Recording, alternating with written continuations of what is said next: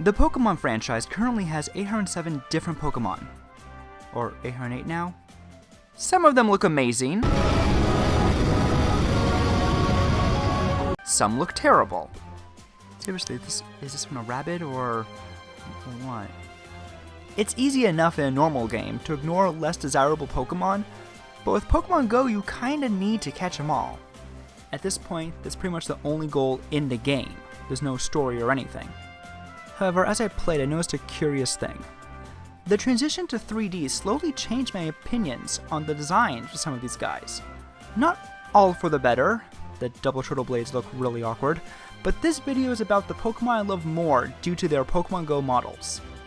It is worth noting that I did not play Pokemon X, Y, Sun, or Moon, so my experience with the 3D games is very limited. The 3D game I'm most familiar with is Pokemon Snap, and yeah, we can do better. Also note that at the time of recording, only Pokemon up to Gen 3 have been released, although I believe Gen 4 will be out very, very soon. Oh my gosh, can I evolve a Mamoswine already? Let's go! The first one to start is a bit of a cheat, as I have always liked these two sludge balls. These Pokemon are just piles of goop with faces, a concept so simple it has to make me smile. Muk was amazing at Indigo Plateau, and I tried to make Grimer a part of my core team in White too. It didn't work out, but these are still great Pokemon, and I have to give Pokemon Go credit for making these guys look extra slimy with these motion lines. Definitely made the wait for a Muk worth it, cause Grimer are rare. In short, I always liked them, but their Pokemon Go models are definitely some of my favorites. This next one is also a cheat. My video, Sumi. Spearow's design is cool enough, always has been. Nothing amazing, but serviceable and definitely more creative than Pidove.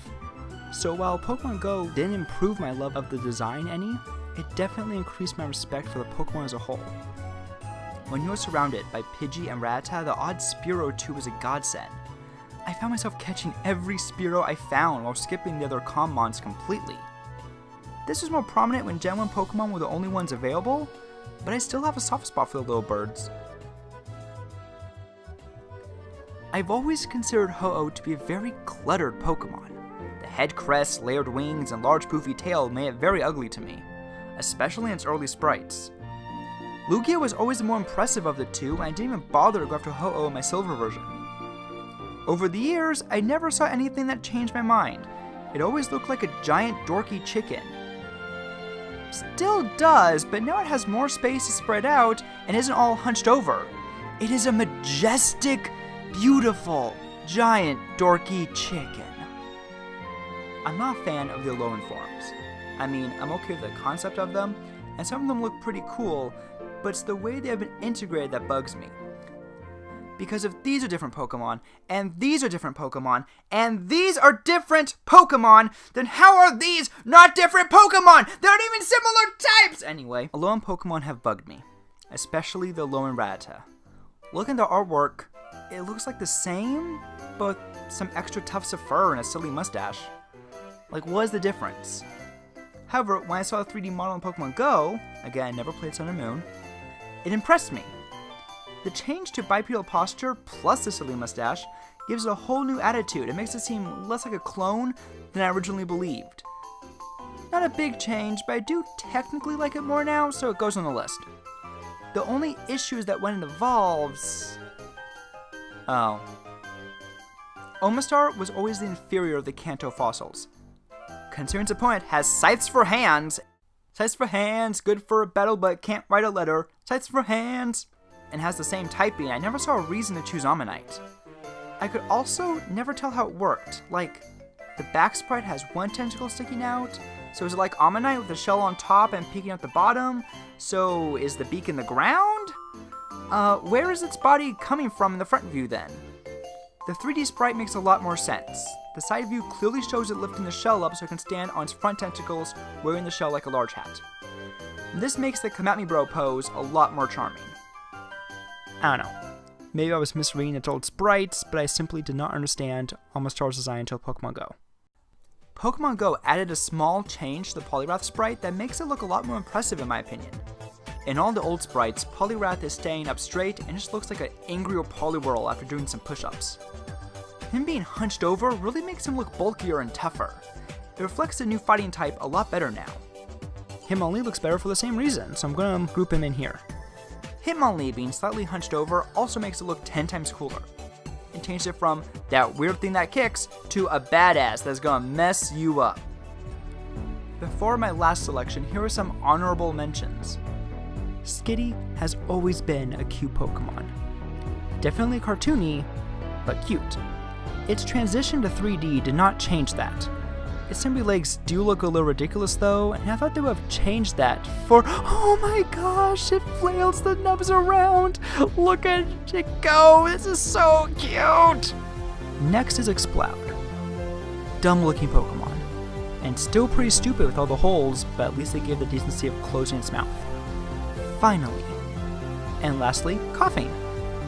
Nothing having to do with Pokemon Go specifically, but Koffing always looks better in 3D. Pokemon Snap, Go, even the Burger King toys.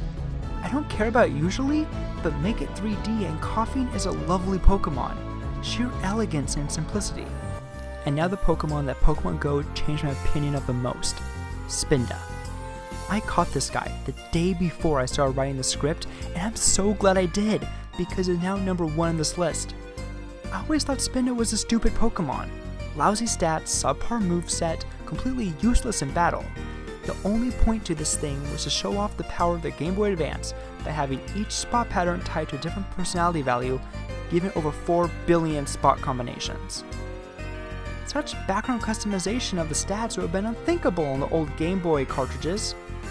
This also meant that for every successive game on more powerful machines with more complex mechanics, the novelty of the personality values would be gone, making them pointless even as a novelty Pokemon. They were just taking up space in the Pokedex.